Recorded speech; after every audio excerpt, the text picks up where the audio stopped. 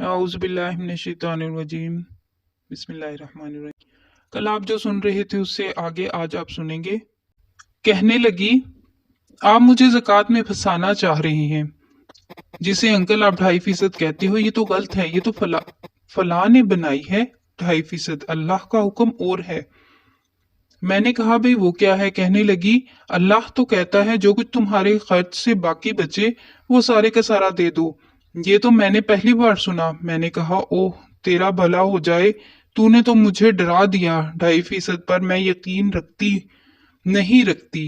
ये कैलकुलेशन गलत है, कहीं नजर नहीं आती। मैंने कहा ये तो तेरी और कमाल की बात हो गई, तेरे तो 60 नंबर हो गए, ठीक है कि नहीं?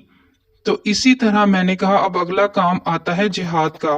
वो मर्द भी जाते हैं, औरतें भी जाती हैं, लेकिन जात के खिलाफ लड़ना भी एक जिहाद है, खराबी के खिलाफ। तो वो तो सामने है। कहने लगी, देखो मैं कहाँ कहाँ मारी मारी फिर रही हूँ। तो मैंने कहा 80 नंबर हो गए। मैंने कहा बेवकूफ लड़की, कुलसूम बीबी, तुमने आज तक 80 नंबर लिए हैं किसी पर्चे में? कहने लगी 80 तो अंकल बहुत होते हैं। मैं तो यही रो रहा था कि तू दोजख में कैसे जाएगी। तू तो मुसीबत ये डाले बैठी है, तेरा इरादा दोजख में जाने का है। कहने लगी, वो मैं गुस्से में कह रही थी। इसका झगड़ा दीन के साथ तो नहीं था। बेचारी का आदमी दुखी होता है, अपने मामा जी से, अपनी माँ से, अपने अब्बा से लड़ता है तो फिर उसको गुस्सा आता है। फिर जिन बातों की वो तलकीन करते हैं उसके ऊपर कायम रहने के लिए उसको वो हिट करता है। मैंने कहा कुलसूम बच्चे अब ऐसे करेंगे कि फिर तुम्हें एक लफ्ज सिखाएंगे, वो तो मुश्किल अरबी का, लेकिन ज़हीन लड़की है। मेरा ख्याल है तू सीख जाएगी, मश्क करेगी तो। कहने लगी वो क्या है? मैंने कहा वो है ला इलाहा इल्लल्लाह मुहम्मदुर रसूलुल्लाह। कहने लगी लो क्या बात की, ये तो मैं सुबह मुंह धोते वक्त, सुबह सवेरे जब पानी डालती हूँ तो यही पढ़ती हूँ। तो मैंने कहा अब बताओ बच्चे, तुमने तो फंसा दिया, हम दोजख कैसे जाएंगे? ये तो तुमने मेरी भी राह बंद कर दी। अब मैं भी कुलसूम बेबी का बाबा दादा बन के बैठ गया। मैं भी तेरे साथ चलूंगा, मुझे भी फायदा हो जाएगा। बाकी रह गई नमाज की बात, तो मैंने कहा ईद को लड़कियां बड़े शौक से घर में मुसल्ला डाले सरों के ऊपर दुपट्टे लपेट कर खड़ी हो जाती है ना, तो 3 नंबर तो इसमें भी आ जाएंगे। 84 83 नंबर हो जाएंगे। 20 तेरे कलमे के हुए पड़े हैं। कहने लगी नहीं नहीं, खैर नमाजें मैं रमजान शरीफ में तो सारी पढ़ती हूँ पूरी, और इसके अलावा भी जब भी मौका मिल जाए, लेकिन रेगुलर नहीं हूँ। मैंने कहा कोई बात नहीं, तेरे नंबर 94 95 से ज्यादा बन रहे हैं, तो अब तेरा क्या करें? तो उसकी सहेली यास्मीन कहने लगी तुम उठो, मैंने तुमसे कहा था ना कि अंकल इशफाक के पास नहीं जाना, ये बहुत चालाक हैं, ये हमें धोखे से फंसा रहे हैं। तो उनके जो साथी लड़के थे वो बड़े गौर से ये बातें सुन रहे थे और हैरान होते रहे। उन्होंने भी मेरे साथ थोड़ी सी बातें की कि सर हम भी कुछ थोड़े से ऐसे ही थे गुस्ताख, कुछ उल्टे सीधे अल्फाज हमारे मुंह में भी और जहन में भी आ जाते हैं। मैंने कहा कोई बात नहीं, जहन में आ जाते हैं तो बेइख्तियारी की बात है, जहन के ऊपर कंट्रोल नहीं है, कोई बात नहीं, चलते रहें। लेकिन कहने लगे रुख हमारा अलबत्ता इधर का हो गया है, जिस तरफ की बात आप कर रहे हैं।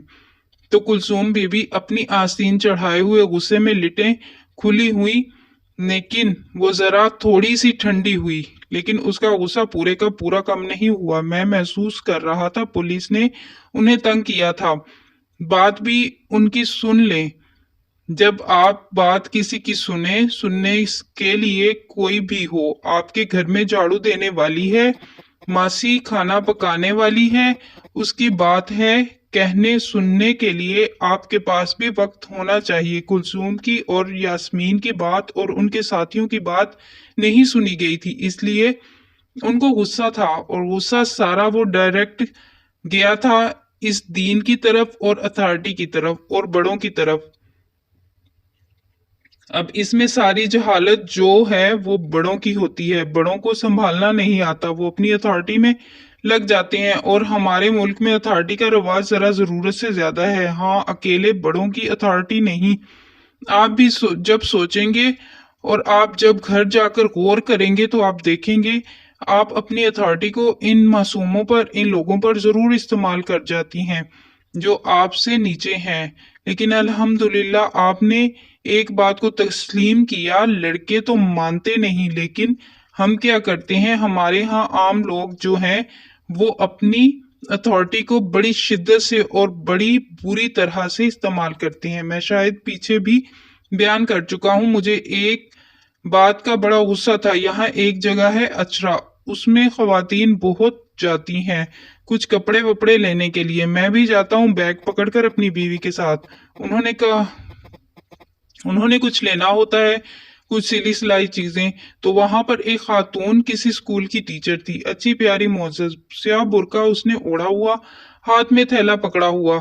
हम जिस दुकान से कुछ सौदा ले रहे थे तो उसने कुछ पूछा, सुर्ख रंग का कोई कपड़ा, पता नहीं क्या कहा, लेकिन दुकानदार ने सुना ही नहीं। फिर उसने जरा वजाहत से कहा तो उसने हाथ के इशारे से कहा, तेरे काम की यहाँ चीज नहीं है, इस दुकान पर आगे जाके पता कर। तो मैं गुस्से में भी आया और मुझे रोना भी आ गया। मैंने कहा, ये तो आपको हक नहीं पहुंचता। उसने कहा, नहीं इशफाक साहब, ये ऐसे ही है, कोई कम पैसों वाली।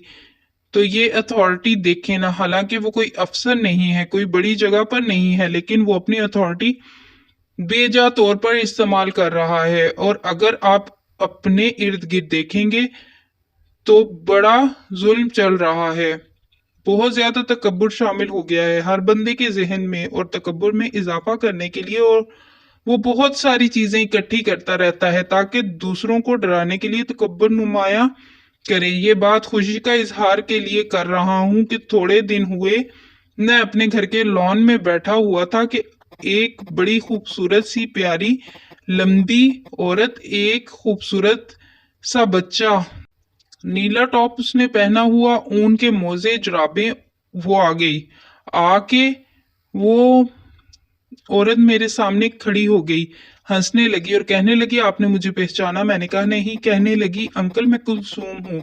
मैंने कहा, ओ तेरा भला हो जाए, बैठ। मैंने कहा, तो तू इतनी देर कहाँ रही? कहने लगी, मैं सीधी शिकागो से आ रही हूँ और मैंने आपका पता ढूंढ के सबसे पहले आपके यहाँ हाजिरी दी। मेरा खामंद वहाँ डॉक्टर है, अच्छा आदमी है। मैं आपसे अपनी पुरानी मोहब्बत, अपनी बरखुरदारी, अपनी बेटी होने का एक छोटा सा हक मांगने आई हूँ, सीधी आपके पास। मैं डर गया। मैंने कहा, फरमाए। मैं तुझसे बड़ा डरता हूँ और इतने साल मेरे डर में ही गुजरे हैं। कहने लगी, ये मेरा बेटा है, बहुत प्यारा है, बहुत सेहतमंद, और इसकी सेहत और हिफ्जाने सेहत के उसूलों पर पाल रहे हैं। ये रोता भी है। मैंने बहुत कोशिश की है कि किसी तरह से इसका रोना कम हो, लेकिन कई दवाइयां दी हैं, मेरे खामन डॉक्टर हैं, लेकिन इसका रोना कम नहीं हुआ। तो मैं उसको आपके पास लाई हूँ कि इसको दम कर दे। मैंने कहा, ओ तेरा भला हो जाए, मैं कोई नेक आदमी नहीं हूं, मैं कैसे दम करूं? मुझे दम करना नहीं आता। कहने लगी, आप शू कर दें।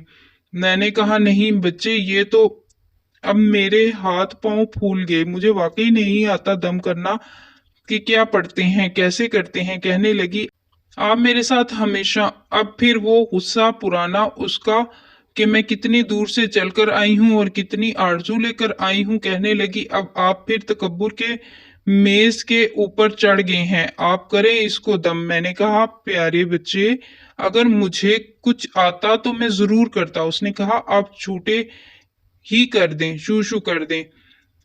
अब मैंने कहा, झूठी फूंक कैसे मारूंगा?